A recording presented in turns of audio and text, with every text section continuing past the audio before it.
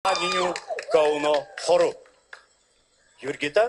Taip, Vytautai, prieš tai atkreipkime mane dėmesį, aš stoviu tarp žavingų dviejų vyrukų, kurie tikrai žino, kas yra kova ir labai stipri konkurencija. Tai Kauno Žalgirio klubo komandos lyderiai Mantas Kalnietis ir Marcus Brown. Labas vakaras, good evening. Vaikinai man išdavė, kad nepaprastai jaudinasi, todėl klausimai bus labai paprasti. Mantai, sakyk, prašau, kas Kaune yra populiariau, muzika ar krepšinis? Aš galvoju, kad jeigu ir buvo krepšinis, tai po šito projekto tikrai susilyginsim. Aš irgi tikrai manau. Marcus, could you please tell me what's the point of living in Kaunas? Kokio velnio gyvenat Kaune? It's a great city.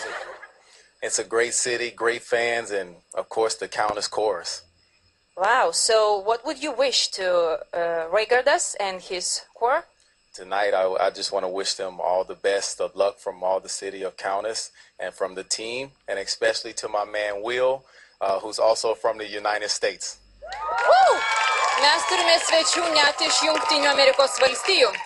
Ir jūs esate choro narys? Taip, aš narys, taip. Ką jūs veikite Lietuvoje? Aš beisbolą žaidžiu Kaune. Chore aš norėjau paklausti. Beisbolų žaidžiat. Ir beisbolą žaidžiu ir dabar dainuoju su choriu. Reiškia, jūs būsit po choro beisbolo komanda. Ne, Dainuojanti beisbolo komanda, taip? Nebus taip tikriausiai. Singing baseball team, yes?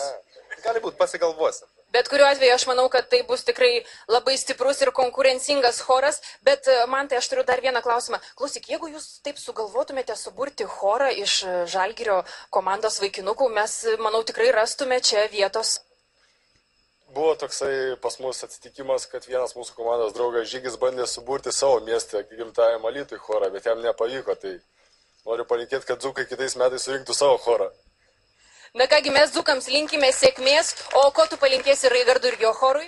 Kad jie būtų pirmi kaip ir Žalgiris.